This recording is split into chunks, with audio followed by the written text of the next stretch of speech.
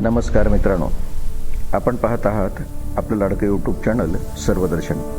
आणि सर्वदर्शनवर आता आपण पाहतो आहोत ते एका छोट्या माकडाच्या पिल्यांची कथा.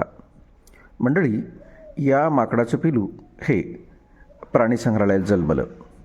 ते जन्मत असताना काही प्रमाणामध्ये त्याच्या आईला त्रास झाला आणि मग ज्यावेळेला ते पिलू प्रत्यक्षात अवतरलं गेलं त्यानंतर मात्र आईनं त्या पिल्याला आपल्याजवळ घेण्याचं टाळलं. अर्थात आईपासून ते पिलू दूर व्हावं लागलं. म्हणजेच ज्यावेळेला ते पिलू आईजवळ जायचं त्यावेळेला आई त्या पिल्याला ढकलून द्यायची. जेव्हा प्राणी संग्रहालयातील इतर सर्व कर्मचाऱ्यांना ही गोष्ट लक्षात आली त्यावेळेला सर्व कर्मचाऱ्यांनी यावर विचार केला. त्या पिल्याचं नाव पंच असं ठेवण्यात आलं होतं. त्या पंचला आता आईचं दूध मिळणार नव्हतं आणि आईचं प्रेमसुद्धा मिळणार नव्हतं.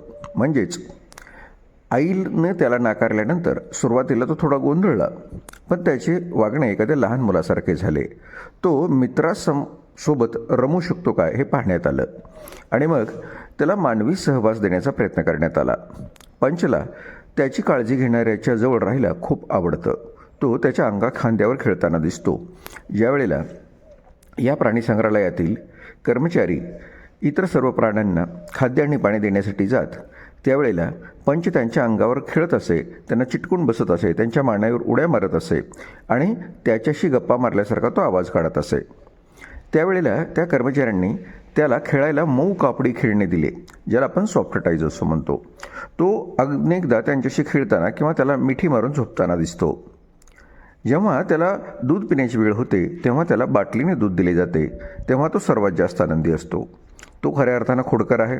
तो आता प्राणी संग्रहालयातील सामानाशी खेळण्यात, इकडे तिकडे उड्या मारण्यात आणि नवीन गोष्टी शोधण्यात रमला आहे.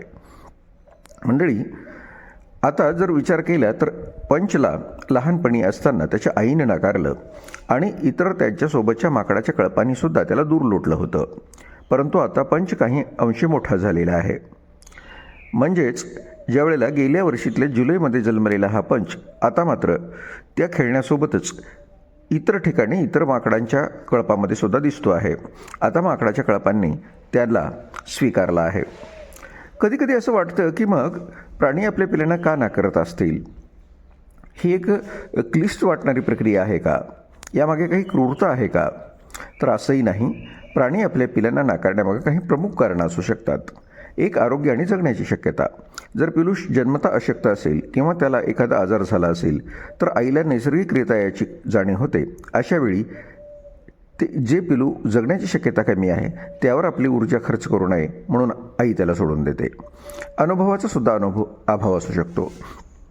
पहिल्यांदा आई होणाऱ्या माद्यांमध्ये, विशेषतः प्राणी संग्रहालयातील, अनेकदा मातृत्वाची भावना विकसित झालेली नसते. त्यांना पिलाची काळजी कशी घ्यावी हे कळत नाही, त्यामुळे त्या घाबरून पिलाला दूर ढकलतात. आणि पर्यावरणाचा ताण. जर आजूबाजूला खूप गोंधळ असेल, मानवी हस्तक्षेप जास्त असेल किंवा अन्नाची कमतरता असेल तर आईला स्वतःच्या जीवाची भीती वाटते.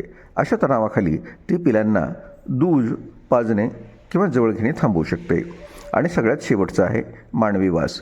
जर एखाद्या माणसाने पिलांना स्पर्श केला तर आईला पिलाचा वास अनोळखी वाटू शकतो. वासावरून पिलू ओळखणाऱ्या प्राण्यामध्ये यामुळे आई आपल्याच पिलाला परके समजते आणि ती त्याला नाकारते. मंडळी, खरं तर या घटनेचा व्हिडिओ आता इंटरनेटवर जगभर गाजतो आहे. एकीकडं त्याच्या क्रूर आईबद्दल चर्चा होते, दुसरीकडं खेळकर गोड वाटणारा पंचसुद्धा लोकांच्या लक्षात राहतो आहे. मंडळी, विज्ञान युगात सर्व माणसं जरी चंद्रावर जाण्याच्या तयारीत असतील आणि समुद्राच्या तळाशी गेली असतील तरी आईचं प्रेम हे अजूनही तेवढंच महत्त्वाचं आहे. आणि लहान बालकाला आईच्या प्रेमामुळं खऱ्या अर्थानं त्याचं जीवन आणि प्रगती विकसित होण्यासाठी मदत होते. मंडळी, हे लक्षात ठेवूया आणि आईचं अनन्यसाधारण महत्त्व या व्हिडिओमधून दिसत असावं. नक्कीच या संदर्भात तुम्हाला काही वेगळं म्हणायचं असल्यास आपण संदेश बॉक्समध्ये त्या संदर्भात अधिक चर्चा करावी.